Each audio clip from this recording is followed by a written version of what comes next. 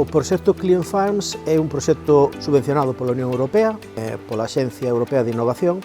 Participamos 30 entidades de toda Europa, incluso hai dúas en Nova Zelanda, e basicamente o que se trata é de medir e mellorar, dotar de ferramentas a todo o eido agrario, tanto gandeiro como agrícola, para diminuir a emisión de CO2 nas actividades agrícolas no continente. I3S en España coordina a GACAL.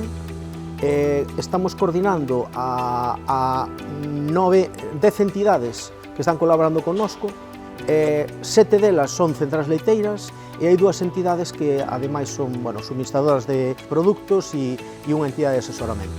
Foi moi grato traballar con eles porque realmente chegamos no momento, é dicir, unha das claves do proxecto era transmitir e transferir xa non tanto coñecemento, senón a maneira de facer as cousas. E, realmente, habendo algunhas entidades que xa estaban con esta labor de medir CO2 e outras que non había nada, viuse que houve unha boa acollida e estamos moi contentos da colaboración que tivemos con todas estas entidades. Como proxecto multiactor, ten dúas características principais máis salientables. A primeira, que sendo un proxecto de investigación, responde a un modelo de innovación interactiva e, polo tanto, participan non só investigadores, senón tamén axentes de toda a cadea de valor do leite, industria, productores, e é desa colaboración da cal xurden realmente a oportunidade de innovación e tamén onde se integran diferentes tipos de coñecemento. Estas dúas características son as que responden ao concepto que mencionaba antes de proxecto multiactor e son realmente as que está tratando de impulsar a Comisión Europea a través da Asociación Europea para a Innovación, tratando de que o coñecemento xenerado sexa de aplicación inmediata no campo e de que chegue aos agricultores de forma directa.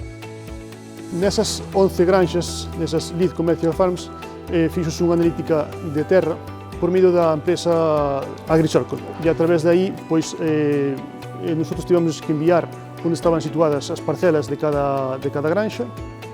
Eles, por medio de satélites, por fotogrametría, sabían que puntos eran máis interesantes para analizar e nosotros viaxamos por toda España desas 11 granxas que se distribuíron, como decía antes César, de forma, dependendo da produción de leite do Estado español, 5 granxas en Galicia, unha en Asturias, unha en Cantabria, unha en Girona, Segovia, Salamanca e Córdoba.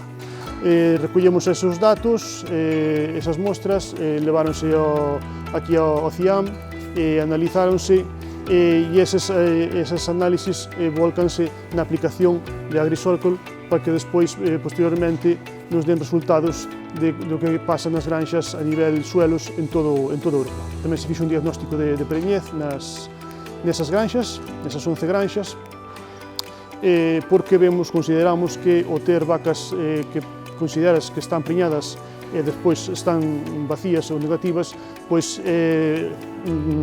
resta eficiencia a granxa e co cal aumenta as emisións de CO2. Para estas analíticas de diagnóstico de preñez utilizouse un método que está a implantar ahora o Ligal, de feito penso que xa está disponible, que é un método indirecto no que se miden as glicoproteínas presentes no leite das vacas. Había de media nas 11 granxas un 5,4% das vacas estaban vacías, o cal eran vacas que estaban perdendo a súa eficiencia en canto a producir leite, retrasando a súa lactación e co cal as emisións van a aumentar posteriormente. Estoy encargado del programa de Farm Nature, que en realidad es naturaleza o biodiversidad también en la granja, y el programa se encarga básicamente de trabajar desde la parte más de investigación hasta la parte de implementación con productores. En Friesland Campina tenemos dos pilares, clima y naturaleza o biodiversidad. Somos una cooperativa de unos 15.000 productores aproximadamente en Holanda, Bélgica y Alemania. Y tenemos la estrategia básicamente tiene diferentes puntos. Uno de ellos es lo que tiene que ver con la valorización de la sustentabilidad, que es básicamente conseguir oportunidades en el mercado para que los productores puedan invertir.